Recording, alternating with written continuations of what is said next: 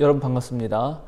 성서를 보는 눈 계속합니다. 지금 우리가 여성신학적 성서 읽기를 하고 있고, 지난번에는 구약 성서에 나와 있는 여성들의 이야기를 좀 다루었습니다. 오늘은 복음서에 나오는 여성들의 이야기를 다루려고 합니다.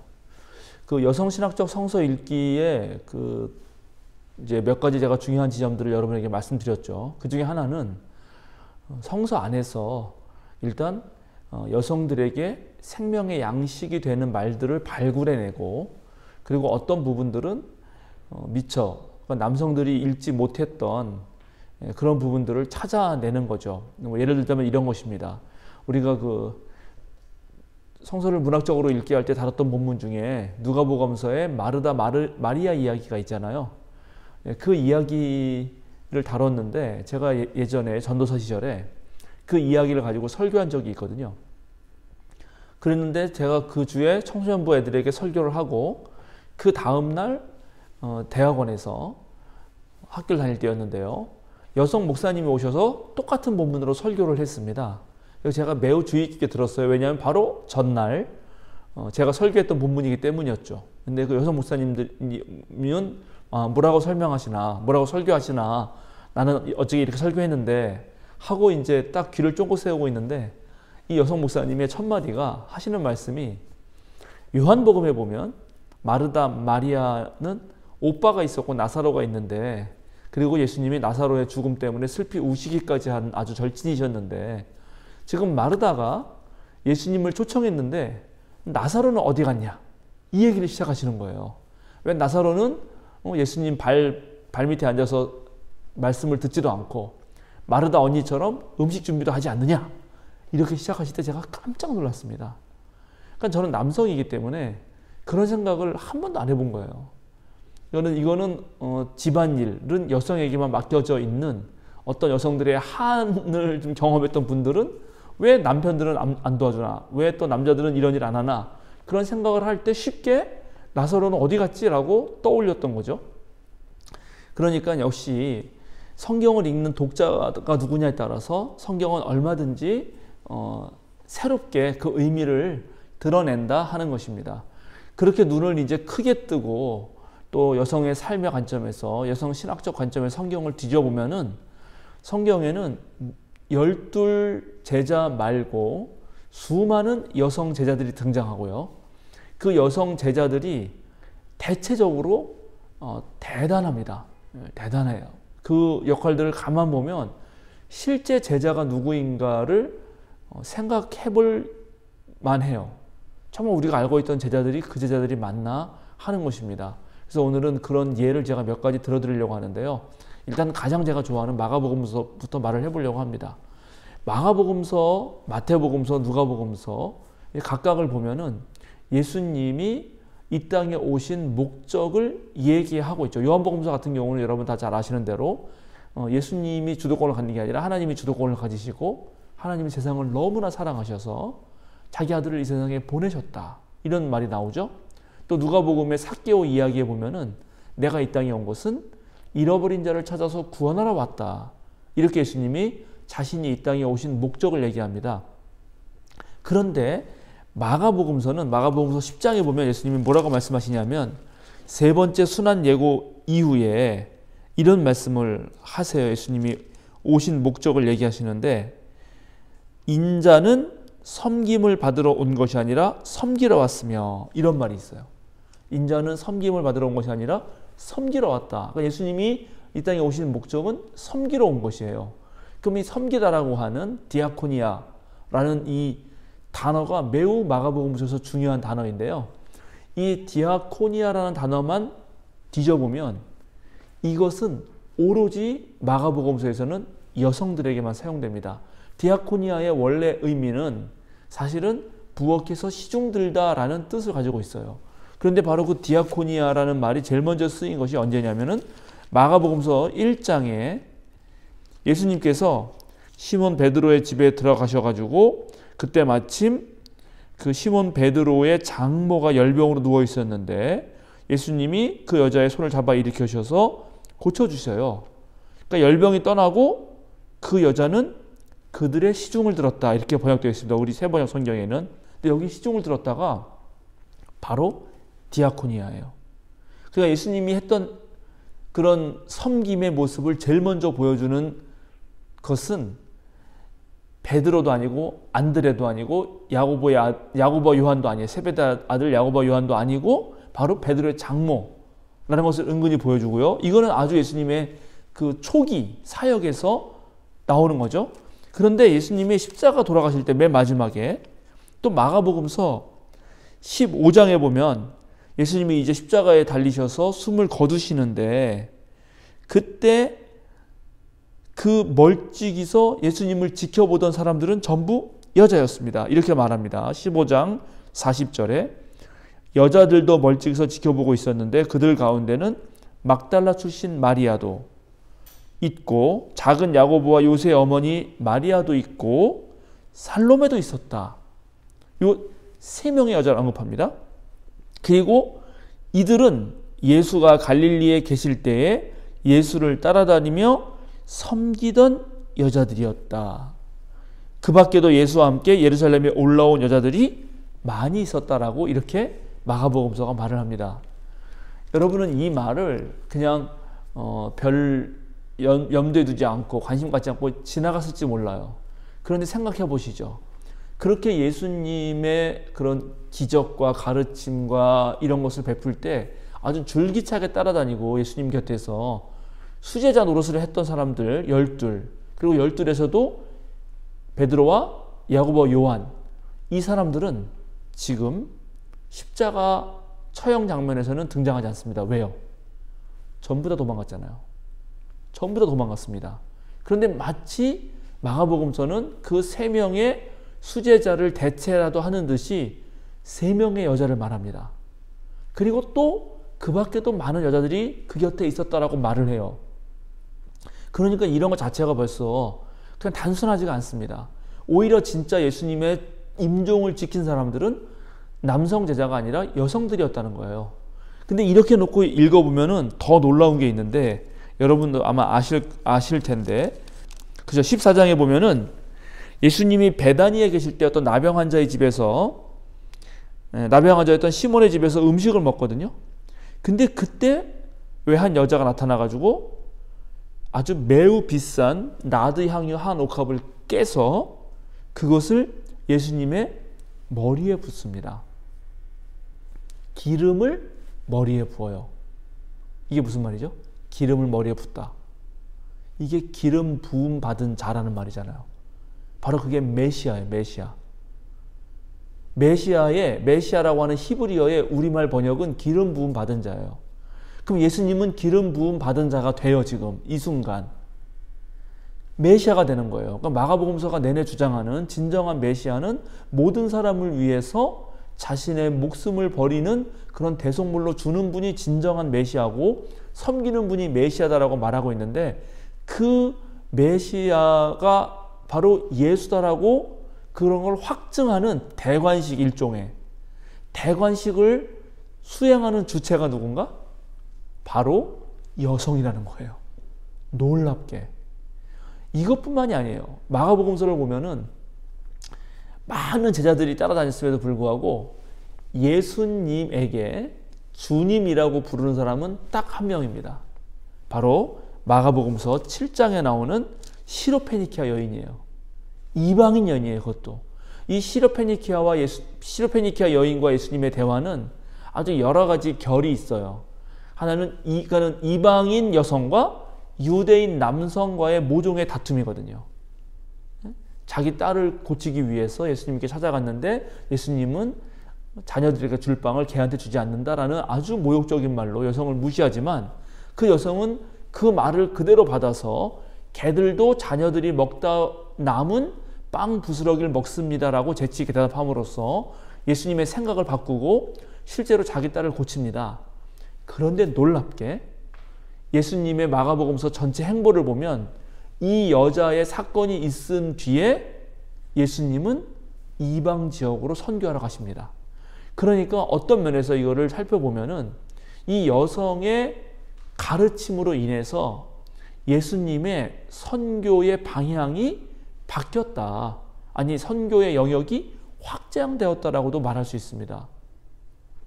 더 놀라운 거는 그 바로 앞에 5장에 보면 야이로의 딸을 고치러 가다가 혈루증 걸린 여인을 만난 예수님이 나옵니다. 근데 이 혈루증은 당시에 부정한 병이었고요. 자기 몸에 부정하면 남에게 부정을 퍼뜨려서는 안 됩니다. 그래서 이 병에 걸리면 다니면서 나는 부정하다, 나는 부정하다 이렇게 말을 했어야 됐어요. 그런데 이 혈루증 걸린 여인은 그런 모든 율법을 깨트리고 과감하게 돌진해서 예수님의 옷자락을 만집니다. 그러니까 정결법이 인간의 삶을 망칠 때 그것을 깨트리는 역할을 이 혈루증 걸린 여인이 해요. 그리고 나서 예수님은 이 여자가 자기 옷을 만진 것을 보고 나중에 어떻게 하느냐? 야이로의 집에 가서 그 딸 아이의 손을 잡아서 일으켜요. 근데 그 딸 아이는 죽어 있었거든요.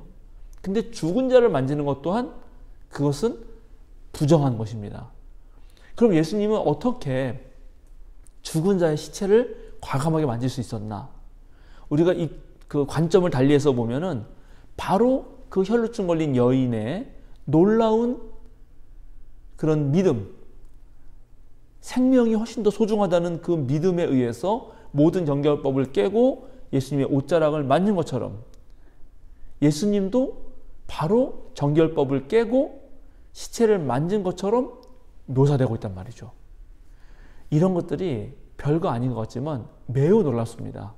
그래서 마가복음서의 여성들을 살펴보면은 정말 겉으로는 드러나지 않는 것 같아도 가만히 살펴보면은 겉으로는 전부 남성 제자들, 12제자들, 그리고 뭐 그 중에 3명, 또 그 중에 베드로가 드러나는 것 같지만 가만히 곰곰이 따져보면은 실제로 예수님의 하던 역할을 하는 사람들, 예수님을 진정으로 따른 사람들, 예수님과 끝까지 동행했던 사람들, 예수님이 말한 그 믿음대로 살았던 사람들은 거의 여성들이라는 사실을 알게 됩니다.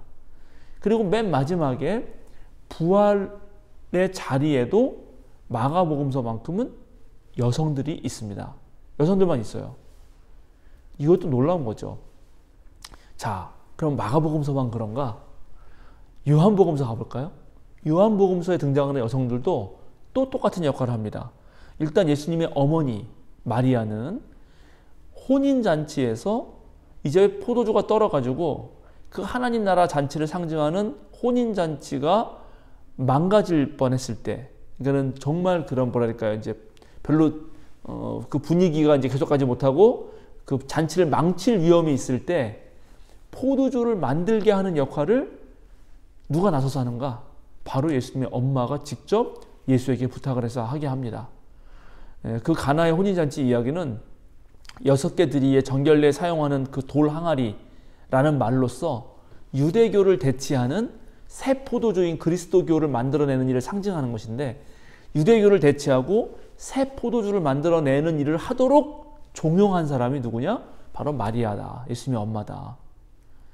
뿐만 아니라 몇 장 더 나가면은 이제 예수님과 4장인가 사마리아 여인과의 대화가 나옵니다.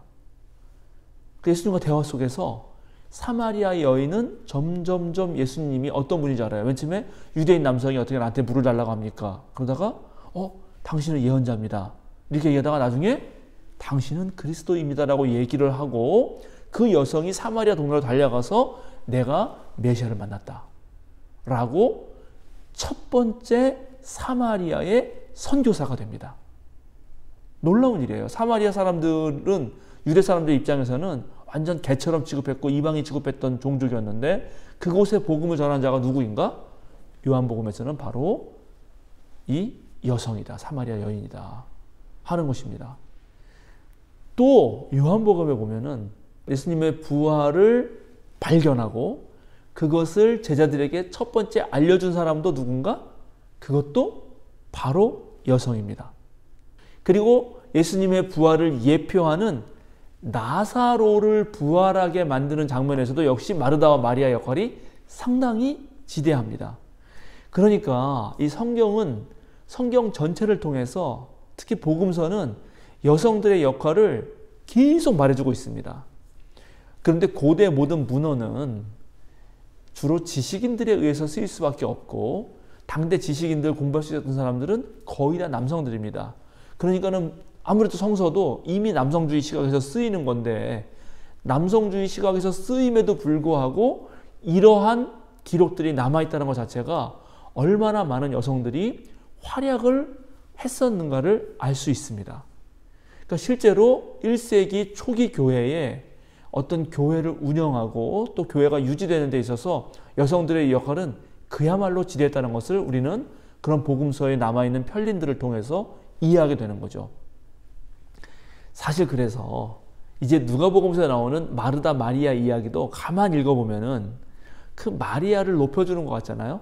근데 그것도 여성신학 관점에서 보면은 마르다처럼 활동적인 여성을 잠재우려고 하는 모종의 음모가 있다. 마리아처럼 잠잠하게 예수님 발밑에서 그냥 가만히 앉아 있어라. 이렇게 혹시 만드는 것 아닐까라고 의심할 정도고요. 그리고 실제로 이제 여러분이 잘 알고 있는 바울 사도가 고린도 교회 편지를 쓰면서 여자들은 교회에서 잠잠하십시오. 그렇게 말을 하잖아요. 근데 물론 그때 말한 여자들은 고린도 교회라고 하는 특수 상황에서 특수한 여자들이 한 말입니다. 모든 여성들에게 과거나 현재나 미래나 모든 여성들에게 교회에서 잠잠하라 하는 그런 율법이 아니에요. 특별히 고린도 교회는 문제가 많은 교회였고 매우 어수선한 교회였고 그 여성들을 잠잠하라고 말할 때 그 앞뒤 맥락을 보면 바울 사도는 교회의 질서를 세우는 것에 무척 큰 관심이 있습니다. 그런데 일단의 무리가 그런 교회의 질서를 어지럽히면서 열심히 말을 한 거죠. 특별히 아마 이 방언이라든가 예언이라든가 이런 말들을 많이 했다고 보여지는데 그래서 그런 일들을 하는 사람들 중에 교회에서 어떤 일이 벌어진 것에 대해서 정확한 지식이 없이 그냥 막 말했던 어떤 무리의 여성들이 있었던 것으로 보이고 그 여성들은 좀 잠잠했으면 좋겠다라고 한 말로 이해하는 것이 가장 좋습니다. 그런데 역으로 여성들은 집에서 잠잠하라는 이 말이 실제로 고린도 교회에서 여성들이 얼마나 많은 활약을 했는지를 반증해 준다는 거죠. 그러니까 그것을 부정적인 것으로 읽거나 또 그 말을 가지고 하나의 무슨 법으로 삼아가지고 무시간적으로 무공간적으로 모든 여성에 적용해서 여성들은 교회에서 잠잠하라고 했잖아 이렇게 말하는 것은 완전히 성경을 잘못 읽었다 하는 것입니다. 자, 이런 식으로 이제 여성신학적 성서 읽기는 성경을 읽으면서 다시 여성의 삶의 경험 속에서 미처 그동안 백인 남성들 위주로 읽었던 또는 다른 방식으로 읽으면서 깨닫지 못했던 부분들, 미처 알지 못했던 부분들을 발견하게 해주고 그리고 우리에게 역시 새로운 눈을 열어준다 하는 것을 여러분에게 말씀드리고 싶습니다. 이 여성신학적 방법을 통해서 나중에 이제 제가 한 48강이나 9강쯤에는 그 오늘날 그 성소수자들이 또 성서를 읽을 때 우리 이성애자들이 읽는 것과는 또 다른 어떤 관점으로 성서를 볼 수 있는 그런 가능성을 열어주는데 그런 것들도 상당히 우리에게 새로운 시각을 부여줄 수 있다. 그런데 그 새로운 시각을 부여주는 역할을 제일 먼저 할 수 있었던 것은 바로 여성들이었다는 것을 기억하시고 특별히 한국교회 여성들이 아마 반 이상은 될 텐데요. 여태까지 자신들의 눈으로 성경을 읽지 않고 누군가의 입장에서 읽어온 것을 맹목적으로 따를 것이 아니라 이제 여러분들의 신앙의 관점에서 여러분들이 성경을 읽어나갈 때 이것이 정말 나와는 맞지 않는데? 라고 하면 여성신학에서 말하는 의심도 해보고 이거 뭔가 왜곡된 거 아닌가? 아니면 당시 시대 상황에서 어쩔 수 없었던 측면인가? 아니면 또 다른 새로운 것을 발견할 수 있는가? 이런 걸 찾아보시는 그런 여러분들이 되시면 좋겠습니다. 전 세계에 알려져 있는 유일한 신학은 민중신학입니다. 민중시얼러지라는 아예 학명이 있죠. 이 민중신학이 또 성서를 매우 다른 각도로 읽는 훈련을 또는 다른 각도로 읽는 그런 방법을 우리에게 제공했습니다. 다음은 민중신학적 방법으로 성서를 어떻게 읽을 수 있는지 그것이 우리에게 어떤 의미를 주는지에 대해서 말씀드리도록 하겠습니다. 여러분 감사합니다.